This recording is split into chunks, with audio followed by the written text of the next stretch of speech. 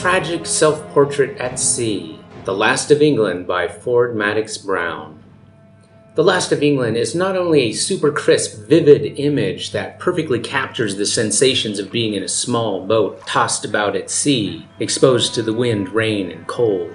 It's a tragic self-portrait of the artist himself, his wife, and their baby, leaving England never to return, hoping to find better prospects in some distant land. Before I launch into exploring the art, I want to give viewers a chance to form their own impressions. On a purely visual level, there's something that knocked my socks off when I first laid eyes on this painting. Is there anything that particularly catches your eye? There's no correct response, but I'll explain what that startling thing was for me shortly. I also noticed something else more subtle and peculiar about this painting, which nobody else has mentioned in any of the materials I researched for this video. Sometimes it takes an artist's eye to catch things a historian, a critic, or artificial intelligence will miss.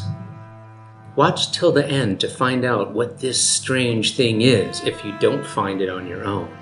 It is integral to the painting and fundamentally changes how it is understood. By the way, if I didn't have something original and interesting to contribute, I wouldn't bother making a video. Ford Madox Brown painted The Last of England in 1855 when he was 34 years old. In 2023, that's 168 years ago. And isn't it great that Brown created an impression of a feared near future that never transpired, but that impacts us so freshly in the very present? Even though the artist died 130 years ago, his anticipation of the future is immortalized, so that even now, the painting has the aura of the near future rather than the distant past. It is an oil painting on panel in a round format known in art history circles as a tondo. The word tondo derives from the Italian rotondo, simply meaning round. Many Renaissance artists employed these circular compositions, and it's a technique they borrowed from earlier Greek works. Brown readopted the same technique, partly in order to embrace and revive the art and vision of the long past. Note that his painting is more oval than round. In his focus on naturalistic detail and luminous color, Brown's work closely resembles that of his contemporary painters, the so-called pre-Raphaelite Brotherhood, though he was not officially a member.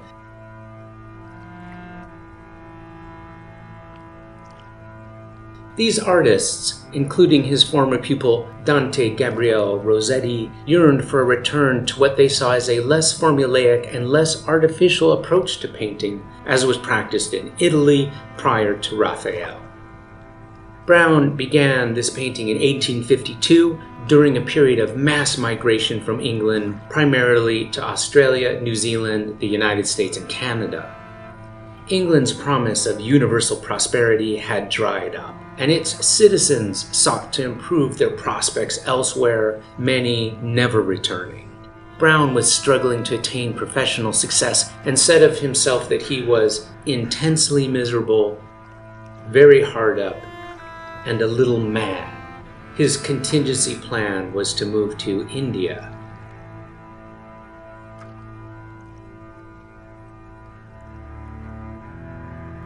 Purely visual aspects of the painting.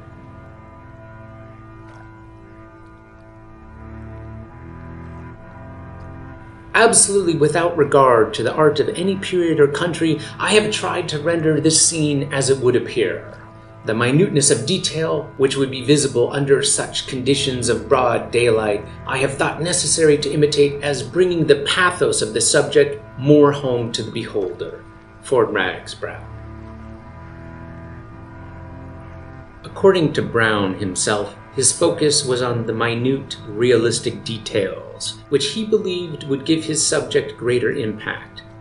We will delve into those impressive details, but there's more to the painting than carefully observed realism, and it's time to discuss the most impressive visual component of the image. I don't know what other people think it is, but for me, it has to be the broad horizontal swatch of bright magenta that is his wife Emma's silk scarf slashing across the panel. It is the brightest and most saturated color in the painting. It traverses the vertical center line of the image and connects the heads of the husband and wife. Brown wrote in his diary that the ribbons of the bonnet took me 4 weeks to paint, and he once said in a parlor game that this brilliant shade of magenta was his favorite color. He certainly found the ideal excuse to share his love of this color. One of the extraordinarily difficult challenges in making a representational image of this kind is recreating three-dimensional space in just 2 dimensions and with physical mediums. There's an alchemy to it by which inert pigment coalesces through human effort into an open window on a scene. Here, a seascape, and it is also, I will argue, a portal into the artist's imaginary universe. Color. Let's look at a few more interesting color choices. If you said the child's sock was the visual focal point of the painting, I'd be impressed. It is the only warm red in the painting, even if it is a much less striking color than the magenta. For me, it has a more significant meaning. More about that later. There are 2 vivid triangles of purple. One is in the opening of Emma's coat, revealing her clothes underneath, and the other is a cabbage hanging from the edge of the boat. You can follow the purple of the cabbage to the edges of the stack of books, up to the blood in the skin of the man's knuckles, into the thumb of the woman's glove, onto a button, and then to the woman's chest.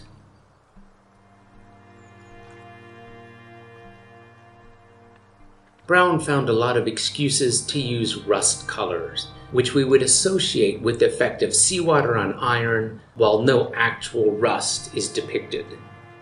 The color appears in the leather tarpaulin in the foreground, the highlights on the man's coat, someone's hair, another piece of fabric, a hat, and the inside of the dinghy.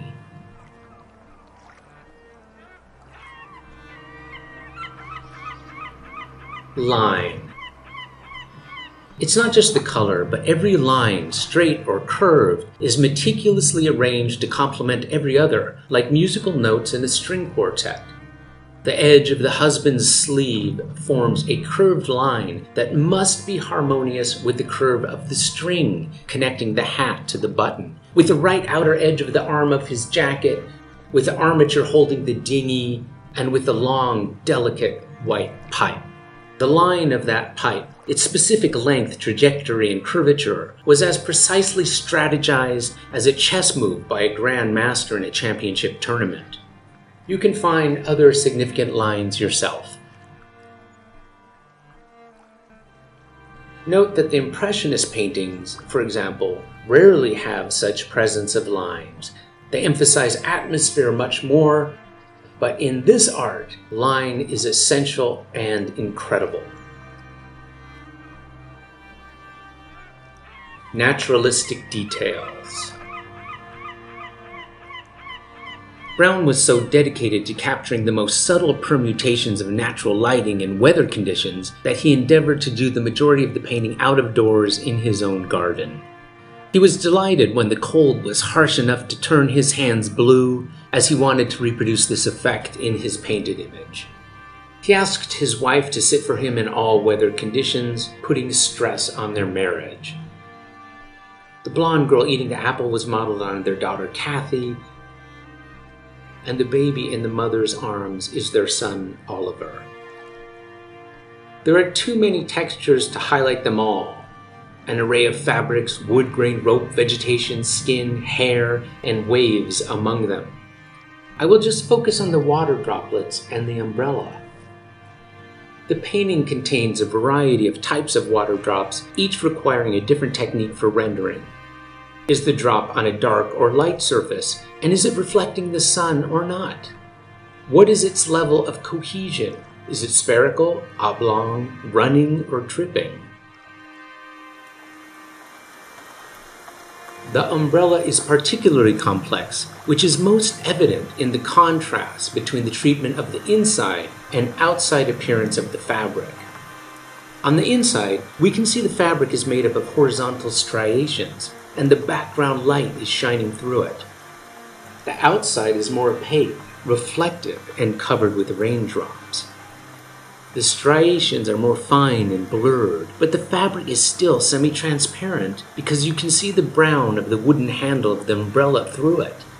Notice that because of refraction, the handle seen through the fabric is not on the same trajectory as the exposed handle tucked into the man's jacket. I think it's safe to say that this is the most intensely observed and rendered umbrella in all of art history. Content of the painting. Brown said that the painting portrayed the parting scene in its fullest tragic development. That was his objective, but what visual means did he use to achieve it? First is his own intensely brooding stare, facing the future head-on, but with a mixture of fear, defiance, resentment, resignation to circumstances, and determination to survive. His overall countenance is that of an eagle. Meanwhile, Emma is less visibly perturbed. Her face and view are shielded by the protective umbrella. Their child, modeled on their baby son Oliver, is almost entirely hidden.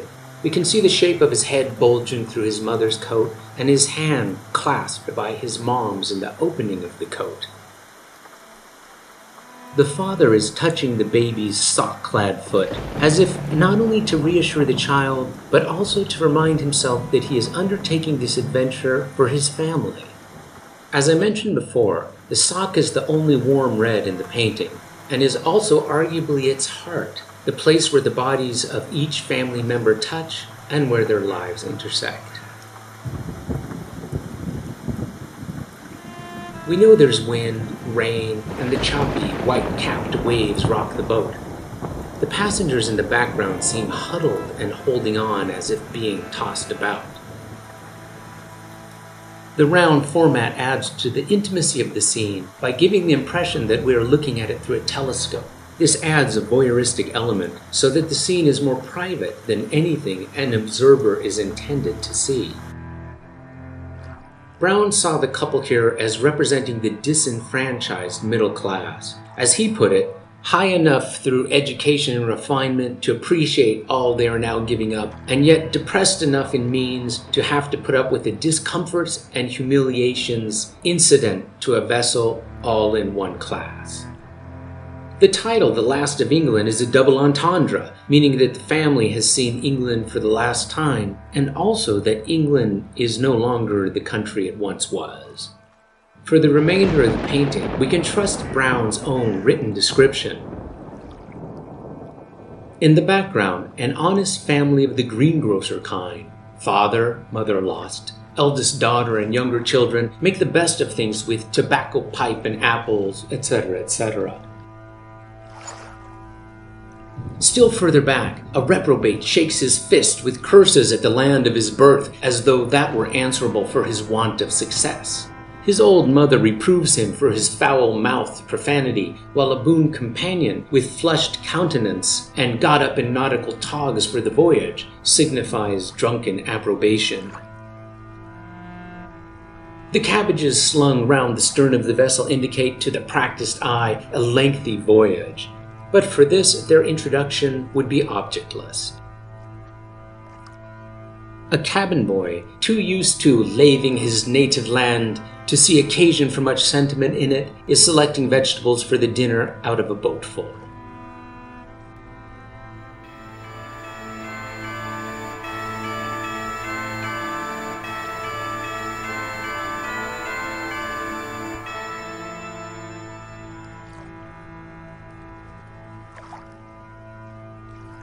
The mysterious parts nobody addresses.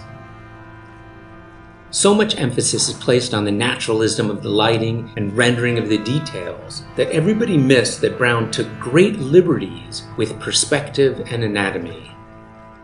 You won't find what follows in any description of the painting I've been able to find online. Anatomy. Do you notice anything obviously strange about Emma's face? How about now? In the first version, I'd adjusted the proportions in Photoshop to more closely resemble standard proportions. In the real painting, Emma's mouth is much too small and no wider than her nose. The width of the average mouth extends to about the distance between the pupils. Her mouth is tiny enough to fit inside one of her eyes. Her right eye has migrated up and off to the side because he likes wide-set eyes.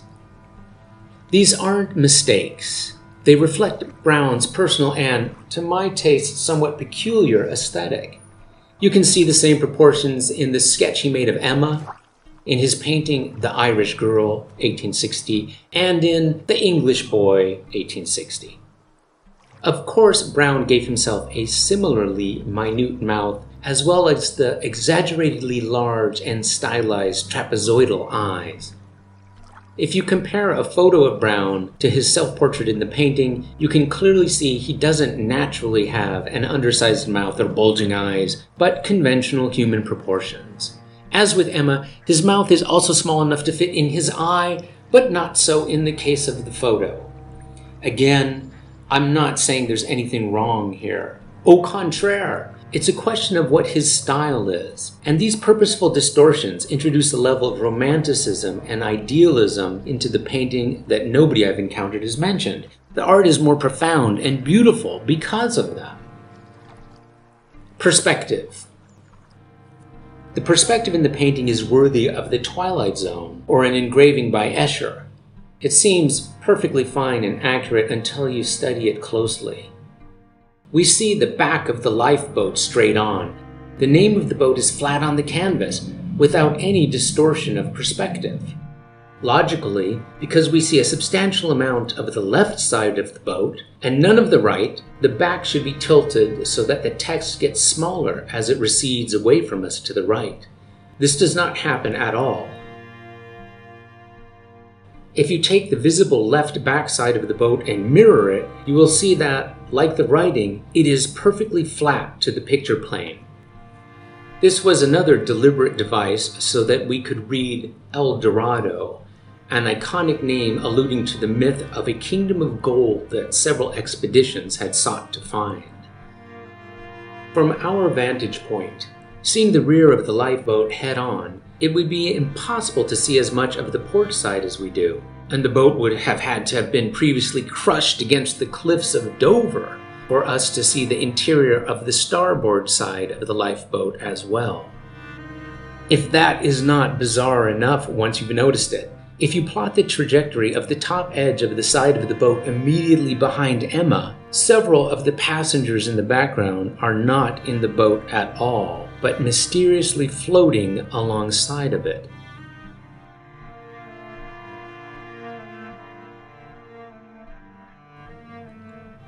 The painting aligns itself with abstract and even subconscious laws of aesthetics spectacularly well, and these proportions take precedence over how physical reality actually appears. While there might be a few technical flaws that can't easily be ignored, the painting is crafted according to the compass of the human eye and human emotions. It succeeds in this regard in a way that a meticulously hyper-realistic painting of a staged photograph would not. And while photography can do amazing things paintings can't, this painting does something photography is incapable of. It simultaneously describes a scene in excruciating naturalistic detail while breaking the laws of physics in subordination to the laws of aesthetics and personal vision. In so doing, the painting bears the imprint of the artist's inner vision. It is the blend of inner and outer reality, the subjective and the objective, in which both are convincing and compelling, that makes this such a powerful painting and portrait.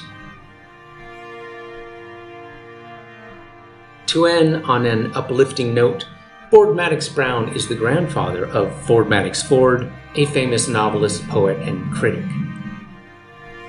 The little blonde girl in the painting will become the writer's mother. In the biography of his maternal grandfather, Ford Madox Ford wrote that the tragic painting in question was the first to which anything approaching general praise was accorded. This very painting, which envisioned the artist's projected permanent estrangement from his home and abandoning everything he'd worked to build, was the very thing that saved him.